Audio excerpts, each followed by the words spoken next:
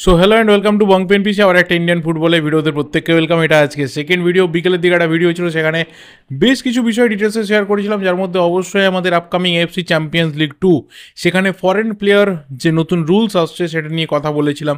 মোহনবাগানের সাথে একজন নতুন স্প্যানিশ ডিফেন্ডারের কিন্তু লিঙ্ক আপ এই মুহূর্তে পাওয়া গেছে, সেটা নিয়ে প্রচুর জল্পনা জারি রয়েছে।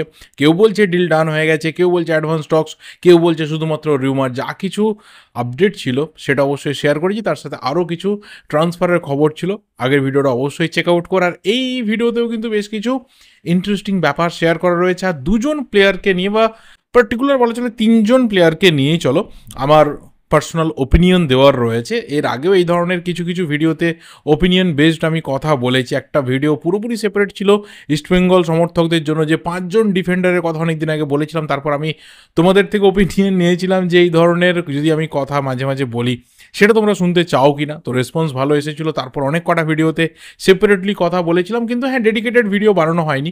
এই ভিডিওটাও ডেডিকেটেড না। হ্যাঁ, তবে তিনজন এমন প্লেয়ারকে নিয়ে কথা বলবো যে প্লেয়াররা মোহনবাগানের টার্গেট হতে পারে বা হওয়া উচিত, বা এখান থেকে আমার কোথাও একটা পার্সোনাল ওপিনিয়ন যা রয়েছে এই প্লেয়ারদের নিয়ে কথা বলবো। আর বেশ কিছু রুমার কিন্তু রয়েছে, একটা বড় রুমার কিন্তু আইএসএল এর নিরিখে অবশ্যই রয়েছে, শেয়ার করবো একে একে। প্রথম একজন ডোমেস্টিক প্লেয়ারের কথা বলবো। সেই ডোমেস্টিক প্লেয়ার ভাই লাস্ট সিজনে তার নিজের ঘর এতদিন ধরে যেখানে পালে বাড়ে হয়েছে সেই ঘর ছেড়ে কিন্তু এফসি গোয়াতে সই করেছিল, কিন্তু সেই সিগনেচার বা সেই মুভটা খুব একটা সুখকর হয়নি। কারণ Udanta Singh, that Lord player, তার যে ফর্মটা বেঙ্গালুরুতে ছেড়ে এসেছিল বহু সিজন আগে, সেটাকে এখনও অবধি কিন্তু ধরতে পারেনি। এবং মোটামুটি ম্যানুয়াল মার্কোস রোকাও কোথাও বুঝতে পেরেছেন যে না, এইটা হবে না, আমাকে অন্য কোনো প্লেয়ারকে নিয়ে ভাবনা চিন্তা করতে হবে। এবং সেই কারণে মার্কেটে এখন জব্বর রিউমার যে সেই উদান্তা সিং, একটা সময়ে যাকে ইন্ডিয়ার অন্যতম ফিউচার হিসাবে মনে করা হতো, সেই উদান্তা সিং কিন্তু আপাতত ফর্মে অনেকটা ডাউন। সেই উদান্তা সিং আপাতত এফসি গোয়া ছেড়ে লোনে ওড়িশা এফসিতে মুভ করতে পারে। একজন স্প্যানিশ কোচের হাত থেকে আরও একজন অন্য স্প্যানিশ কোচের হাতে যেতে পারে বলে এই মুহূর্তে জোর জল্পনা রয়েছে। তো দেখা যাক ফাইনালি কি হয়, উদান্তার কেরিয়ারে একটা রিভ্যাম্প হয় নাকি যেটা অলরেডি ডাউন হতে শুরু হয়েছে সেটা কোথাও একদম শেষের দিকে উদান্তাকে নিয়ে চলে যায়। কারণ ন্যাশনাল টিম থেকে অলরেডি ছিটকে গেছে। লাস্ট সিজনে এফসি গোয়াতেও খুব রেগুলার ছিল না, তাকে রিপ্লেস করার মতো অপশনস কিন্তু অবশ্যই হাতে ছিল ম্যানুয়েল মার্কোস রোকার। দেখা যাক সের্জিও লোবেরার কাছে গিয়ে কি হয়, কারণ সের্জিও লোবেরা লাস্ট সিজন থেকেই কিন্তু একজন প্রলিফিক উইঙ্গার তিনি খুঁজছেন। আমরা দেখেছিলাম 23-24-এ রয় কৃষ্ণাকে ইউজ করতে উইঙ্গার হিসাবে, কিন্তু সেটা তাকে অনেক ম্যাচে সাকসেস দিল, কোথাও প্ল্যানিংয়ের ক্ষেত্রে একটু হলেও বাধা বিপত্তি দিয়েছে। এইবারে যেহেতু তিনি অ্যাটাকিং মিডফিল্ডার সই করাচ্ছেন, সেখানে তিনি কিন্তু ইন্ডিয়ান উইঙ্গার রাখার অলওয়েজ চেষ্টা করবেন, যাতে তার ফরেনার যে সিস্টেমটা, সেই সিস্টেমটা খুব ভালোভাবে সাকসেস পায়।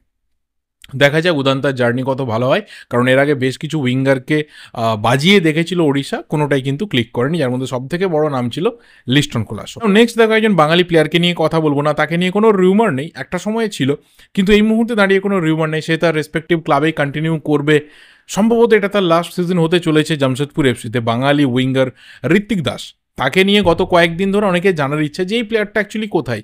তার ইঞ্জুরি ছিল, হঠাৎ করে ফর্মের একদম চূড়ান্ত লেভেলে চলে গেছিলো, তারপর আস্তে আস্তে আস্তে আস্তে হারিয়ে যাওয়া। ইন্ডিয়ান ফুটবল তাকে মিস করছে। কোথায় গেল ঋত্বিক দাস? তার কি চোট সেরেছে? তাকে কি আমরা 24-25 সিজনে দেখতে পাবো? তাহলে এখানে বলে রাখা ভালো যে হ্যাঁ, ঋত্বিকের কিন্তু চোট এই মুহূর্তে পুরোপুরি ফ্রি, কোনোভাবে তার চোটের কোনো সমস্যা নেই, ইঞ্জুরি থেকে পুরোপুরি মুক্ত। এবং যখন থেকে জামশেদপুরে প্রি সিজন ট্রেনিং শুরু হবে, একদম প্রথম দিন থেকে কিন্তু ঋত্বিক দাস জয়েন করবে জামশেদপুরের ট্রেনিং সেশন, এবং আপকামিং সিজনটাকে ঋত্বিক ভীষণভাবে পাখির চোখ করছে। সিজনের যখন ট্রান্সফার মার্কেটটা গরম ছিল চেন্নাইন এফসির জন্য, তখন কিন্তু রিউমার ছিল যে হ্যাঁ, চেন্নাইন এফসিতে ওয়েন কোয়েল আবারও ঋত্বিককে ফিরিয়ে নিয়ে যেতে পারেন, যেটা তিনি অনেক এক্স জামশেদপুর এফসি প্লেয়ারের সাথে করেছেন, কিন্তু সেটা ফাইনালি হয়নি। ঋত্বিক কিন্তু ক্লাব ছাড়েনি বা ডিলটাকে জামশেদপুর এগ্রি করেনি, কারণ নিশ্চিতভাবে একটা প্রমিসিং প্লেয়ার, তাকে নিয়ে একটা লং টার্মে জামশেদপুর পরে প্ল্যান করবে কি করবে না অন্য ব্যাপার, বাট কোথাও টিমের অন্যতম নির্ভরযোগ্য প্লেয়ারকে কিন্তু জামশেদপুর ছাড়তে চায়নি। এবং ঋত্বিকেরও একটা চান্স রয়েছে বা টার্গেট রয়েছে যে এই সিজনে ভালো পারফরমেন্স করে ফিরে এসে আরও বেটার কোনো ক্লাবকে অ্যাট্রাক্ট করা। কারণ আমরা জানি যে পরবর্তী সিজনে কিন্তু অনেক কটা ভালো ভালো টিমে লেফট উইং পজিশনে ভ্যাকেন্সি আসতে চলেছে, তারা কিন্তু লেফট উইঙ্গার খুঁজতে শুরু করবে, এবং সেখানে ঋত্বিক কোথাও কিন্তু ভালো একটা অপশন হতে পারে। যদি হতেই পারে যে আমরা বাংলার কোনো ক্লাবে তাকে দেখতে পারি, তাহলে তার থেকে ভালো জিনিস আর কিছু বোধহয় হতে পারে না। অ্যান্ড লাস্ট অবশ্যই একজন সেন্টার ফরওয়ার্ডের কথা বলে এই ট্রান্সফার রিউমারের পার্টটাকে শেষ করব। বিদেশি সেন্টার ফরওয়ার্ড, তার সাথে এই মুহূর্তে মুম্বাই সিটি এফসির একটা স্ট্রং লিঙ্ক আপ শোনা যাচ্ছে এবং সেটা কিন্তু স্লোভাকিয়া থেকেই রুমারটা বেরিয়েছে। স্লোভাকিয়ার প্রাক্তন ন্যাশনাল টিমের প্লেয়ার পাভল সাফ্রাঙ্কো, এই ব্যাপারটা কিন্তু আপাতত স্লোভাকিয়া থেকে ব্রেকিং হয়ে উঠে এসেছে যে এই প্লেয়ারকে মুম্বাই সিটি এফসি সই করাতে চাইছে। প্লেয়ারটার কেরিয়ার যথেষ্ট ভালো, এই মুহূর্তে দাঁড়িয়ে জাস্ট 29 বছর বয়স এবং স্লোভাকিয়ার ন্যাশনাল টিমেও খেলার অভিজ্ঞতা রয়েছে।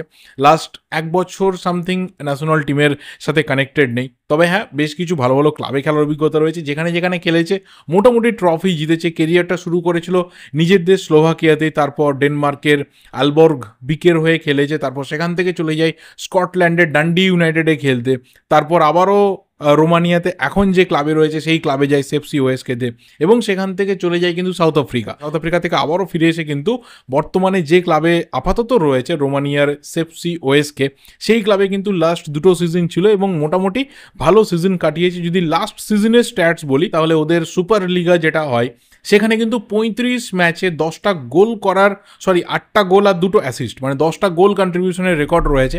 তো মোটামুটি ভালো প্লেয়ার, এবং যখন এই জায়গা থেকে প্লেয়ার আসছে তখন সেটা মনে করা হচ্ছে যে এটা পুরোপুরি পিটার ক্র্যাটকির সিদ্ধান্ত। আপাতত দেখা যাক, প্লেয়ারটার মার্কেট ভ্যালু কিন্তু 8 crore, তো যথেষ্ট ভালো প্লেয়ার, ভালো ভালো ক্লাবে মোটামুটি খেলার অভিজ্ঞতা রয়েছে। দেখা যাক আপাতত মুম্বাই সিটি এফসিতে আসে কিনা, আর এলেও কতটা ভালো পারফরমেন্স আগামী দিনে তুলে ধরে। সো এরপর যদি নেক্সট পার্টে ঢুকি, যে পার্টটা নিয়ে বলছিলাম যে 3জন প্লেয়ারকে নিয়ে পার্টিকুলার কথা বলার রয়েছে, যারা মোহনবাগানে জয়েন করলে বা মোহনবাগান তাদের সিগনেচার করালে কোথাও মোহনবাগানে ভালো ব্যাকআপ অপশনস হিসেবে এই প্লেয়াররা দেখা দিতে পারে। যে 2জন প্লেয়ারের কথা প্রথমে বলবো তারা তো একদম প্রপার ব্যাকআপ হতে পারে, বাট 3 নম্বর যে নামটা বলবো এটাতে হয়তো অনেকের সহমত নাও হতে পারে, কিন্তু হ্যাঁ বর্তমানে যা পরিস্থিতি রয়েছে সেই ক্ষেত্রে আমার মনে হয় যে একটু ডিপলি ভাবলে দেখা যাবে যে হ্যাঁ এখানে কোথাও এগ্রি করার জায়গা তৈরি হতে পারে। ইন ডিটেলস আমি ডেপথে ঢুকবো না, কোনো অ্যানালিসিসে ঢুকবো না। প্রথম যে নামটা বলবো সেই নামটা অ্যাজ আ ব্যাকআপ কিন্তু মোহনবাগানে যথেষ্ট পরিমাণে ভালো হবে, সেটা হচ্ছে রাহুল কেপি। দেখো ওর মধ্যে ভাই কোয়ালিটি রয়েছে, ওর মধ্যে ভালো রকমের পোটেন্সিয়াল রয়েছে আগামী দিনে ইন্ডিয়ান ফুটবলে একটা ভালো প্লেয়ার হওয়ার, এবং ওকে আমরা দেখেওছি যখন অলিম্পিক্সে যাওয়া হলো তখন কিন্তু রাহুল কেপির যে সুপার ফর্মটা বা ওর খেলাটা পুরো আউট অফ দ্য বক্স কিন্তু আমার অন্তত লেগেছিল। কিন্তু যখনই ওকে কেরালা ব্লাস্টার্সের জার্সিতে দেখা যায় ম্যাক্সিমাম ম্যাচেসে ওর যে আসল খেলাটা রয়েছে বেরিয়ে আসে না। আমি জানি না আগামী সিজনে কি হবে, মানে 2024-25-এর কথা বলছি, বারবার আগামী হয়ে যাচ্ছে, এই সিজনে কি হবে, কি করবে রাহুল কেপি ফাইনালি। কারণ একটা সময় তো স্ট্রং রিউমার তৈরি হয়েছিল যে রাহুল কেপি নিজে চাইছে কেরালা ব্লাস্টার্স ছাড়তে। আর যদি মোহনবাগানের দিকে তাকানো যায় তাহলে দেখা যাবে যে রাইট উইং পজিশনটাতে অবশ্যই মনভীর সিং রয়েছে। লাস্ট সিজনটা কিন্তু মনভীরের ভালো গেছিলো ইন টার্মস অফ অ্যাসিস্ট এবং in terms of his workload, সব দিক থেকে ভালো গেছিলো, বাট কোথাও একজন প্রপার ব্যাকআপ কিন্তু লাগবে। অবশ্যই আমরা বারবার বলি যে টাইসনের মতো প্লেয়ার রয়েছে, টাইসন সিংয়ের মতো প্লেয়ার রয়েছে যার মধ্যে একটা ভালো ফিউচার রয়েছে, বাট হ্যাঁ আমি কোথাও এখানে অলওয়েজ প্রেফার করবো যে একজন এস্টাবলিশ প্লেয়ার আসুক, একজন কোথাও অলরেডি এক্সপিরিয়েন্স প্লেয়ার আসুক, তাহলে কোথাও মনে হয় যে সেই জায়গাটা ব্যাকআপ হিসাবে অনেক বেটার হবে এবং রাহুল কেপির জন্য সেটা ভালো হবে। দ্বিতীয় যে প্লেয়ারের কথা বলবো সেই প্লেয়ার হচ্ছে আব্দুল রাবি। এই প্লেয়ারটা ইন ফিউচার যে কোনো টিমের জন্য একটা অ্যাসেট হতে পারে, যে কোনো টিমের জন্য, কারণ এই প্লেয়ারটা মাল্টিপল পজিশনে নিজেকে অপারেট করতে পারে। ওকে তুমি একদম রাইট মিডফিল্ডে খেলাও, যে খুব বেশি তোমাকে নিচের দিকে ডিফেন্সে নামতে হবে, ম্যাক্সিমাম উইংয়ে ওপরের দিকে থাকবে, হি ক্যান প্লে টেরিফিক। তুমি ওকে রাইট উইং ব্যাক খেলাও, ওকে ডিফেন্সিভ ওয়ার্কলোড দাও, যেটা আমরা ইন্ডিয়া আন্ডার-23 টিমে দেখেছি, হায়দ্রাবাদের জার্সিতে দেখেছি, সেটা কিন্তু আব্দুল রাবি করতে পারে। ওর মধ্যে কিন্তু ভার্সেটাইলিটি রয়েছে, ও যতটা উপরের দিকে খেলতে পারে ততটা নিচের দিকে খেলতে পারে। এই জিনিসটা আমরা দেখি যে আশিক কুরুনিয়ানের মধ্যে রয়েছে, ঠিক সেম জিনিসটা আব্দুল রাবির মধ্যে রয়েছে। মানে যদি কোনোদিনও যে 3জন সেন্টার ব্যাকে আবারও মোহনবাগান ফিরে যায় তাহলে কিন্তু Ashiq Kuruniyan and Abdul Rabi could be the game changers. Seriously বলছি, এই প্লেয়ারটাকে যে কোনো টিমে সিরিয়াসলি ভাবা দরকার। যদি ফাইনালি হায়দ্রাবাদ এফসি ও ছাড়ে তাহলে যে কোনো টিমের ভাবা দরকার। আমার কথা মনে হয় যে মোহনবাগানে এই মুহূর্তে যে নিডটা রয়েছে, যেহেতু রাইট ব্যাক পজিশনে শুধুমাত্র আশিস রায় রয়েছে, আর কেউ নেই, এবং যদি হোসে মুলিনা তিনি 4 ব্যাক সিস্টেম ফলো করেন তাহলে এই প্লেয়ারটা ভ্যালুয়েবল অ্যাডিশন হতে পারে। বাকি টিমে কিন্তু মাল্টিপল প্লেয়ার্স রয়েছে, অনেক টিম রয়েছে সেখানে মোর দ্যান 1 অপশনস রয়েছে, আর মোর দ্যান 2 অপশনস রয়েছে, আমি সেখানে কথা বলছি না। অ্যান্ড থার্ড যে প্লেয়ারের কথা বলবো, আমি শুরুতেই বললাম যে এই প্লেয়ারকে নিয়ে যখন আমি বলবো না হয়তো অনেকে এগ্রি নাও করতে পারে, সিরিয়াসলি এখানে ডিসএগ্রি করতে পারে। ইভেন আমি যদি এটা কারোর থেকে শুনতাম তাহলে আমিও একদম শুরুতে ডিসএগ্রি করতাম। And the third player is none other than goalkeeper Dheeraj Singh. একটা সময় অবশ্যই মোহনবাগানের সিস্টেমে ছিল, বাট গেম টাইমের ক্লাস হয়েছিল অরিন্দমের সাথে, টিম ছেড়ে বেরিয়ে চলে যায়, গোয়াতে সাইন করে, গোয়াতে ভালো ফর্মে ছিল, ভালো খেলছিল, এএফসি চ্যাম্পিয়ন্স লিগে জোয়ান ফেরান্দোর আন্ডারে অসাধারণ ফর্মে ছিল। বাট তারপরে কি হলো, লাস্ট সিজনে আর্শদীপের সাথে কিন্তু গেম টাইমের ক্লাস হলো, ফাইনালি গেম টাইম পুরো হাফ হয়ে গেল, ধীরজ সেভাবে সুযোগ পেল না, এবং এই সিজনে আপাতত ধীরজ কিন্তু ফ্রি প্লেয়ার হিসেবে গোয়া থেকে বেরিয়ে চলে এসেছে। তো এখানে আমার কথা মনে হয় যদি ধীরজকে অন্য কোনো টিম সেইভাবে সুযোগ না দেয়, এখনও অবধি তার কথা না ভাবে, কারণ এখনও অবধি যতগুলো টিম তারা গোলকিপারের ক্ষেত্রে মার্কেটে হন্টিংয়ে ছিল, তারা প্রায় সবাই নিজেদের কাজ করে ফেলেছে, শুধুমাত্র পাঞ্জাব বাকি রয়েছে, আর তর্কের খাতিরে মোহামেডান স্পোর্টিং বাকি রয়েছে। তাছাড়া কিন্তু আর কোনো বড় ক্লাবে ফার্স্ট পজিশন গোলকিপারের পজিশন ফাঁকা নেই। এবং এই জায়গাতে আমার মনে হয় যে যদি ধীরজ কোথাও মোহনবাগানের টার্গেট হয়, ভিসল কাইতের ব্যাকআপ হিসেবে টার্গেট হয়, তাহলে কোথাও সেটা মোহনবাগানের জন্য ভালো, ধীরজের জন্য ভালো, একটা চ্যাম্পিয়ন টিমে আসতে পারবে এবং কোথাও একটা ভালো সিস্টেমের মধ্যে ঢুকতে পারবে, যেখানে এফসি চ্যাম্পিয়ন্স লিগ 2 রয়েছে, আইএসএল রয়েছে, সুপার কাপ রয়েছে, ডুরান্ড কাপ রয়েছে, লটস অফ টুর্নামেন্টস রয়েছে, ম্যাচের সংখ্যা বাড়ছে, এবং কোথাও ভিসল কাইত বারবার সবাই বলে যে একজন গোলকিপারের ওপর গোটা সিজনের প্রেসার পড়ে। এই ক্ষেত্রে কি হয়, শেষের দিকে গিয়ে কখনো ভিসল কাইতের একটু ফাম্বেল হয়ে যায়। মনে হয় সেই জায়গাতে যদি ভিসল কাইতের ব্যাকআপ অপশন হিসেবে ধীরজকে মোহনবাগান নিয়ে আসতে পারে, তাহলে তার গেম টাইমে কিছুটা রিল্যাক্সেশন আসবে। যে ম্যাচগুলো তুলনামূলক কম সিরিয়াস, যে ম্যাচগুলো তুলনামূলক কম টাফ রয়েছে, সেখানে কিন্তু ধীরজের মতো গোলকিপারকে মোহনবাগান ইজিলি ইউজ করতে পারবে। দুজনের মধ্যে গেম টাইমটা একদম ব্যালেন্স হয়ে থাকবে, এবং ধীরজও কোথাও ভালোভাবে থাকতে পারবে, এবং ভিসল কাইতের ওপর প্রেশারটাও কিন্তু হাইলি আসবে না। আমি আবারও বলছি, এগুলো জাস্ট আমার ওপিনিয়ন, এগুলো আমার নিজের জাস্ট উইশফুল থিঙ্কিং। হবে কি হবে না, আদৌ হবে কি না কোনোদিনও সিরিয়াসলি জানি না। এর আগেও অনেক ক্লাব, অনেক প্লেয়ারকে নিয়ে কথা বলেছি। যদি আবারও বলছি, তোমাদের সাপোর্ট এরকম থাকে তাহলে ইন ফিউচার কথা বলার চেষ্টা করবো, আর যদি তোমাদের মনে হয় যে না এইসব বলার দরকার নেই, তাহলে স্টপ করে দেবো। এই ভিডিওটা আপাতত এই অবধি। তোমাদের যা যা ওপিনিয়ন্স রয়েছে অবশ্যই ঢেলে শেয়ার করতে থাকো। ভিডিওটা ভালো লাগলে লাইক করো, কমেন্ট করো। দেখা হবে পরের ভিডিওতে। Till then subscribe the channel যদি নতুন হয়ে থাকো। Thank you, goodbye and good night.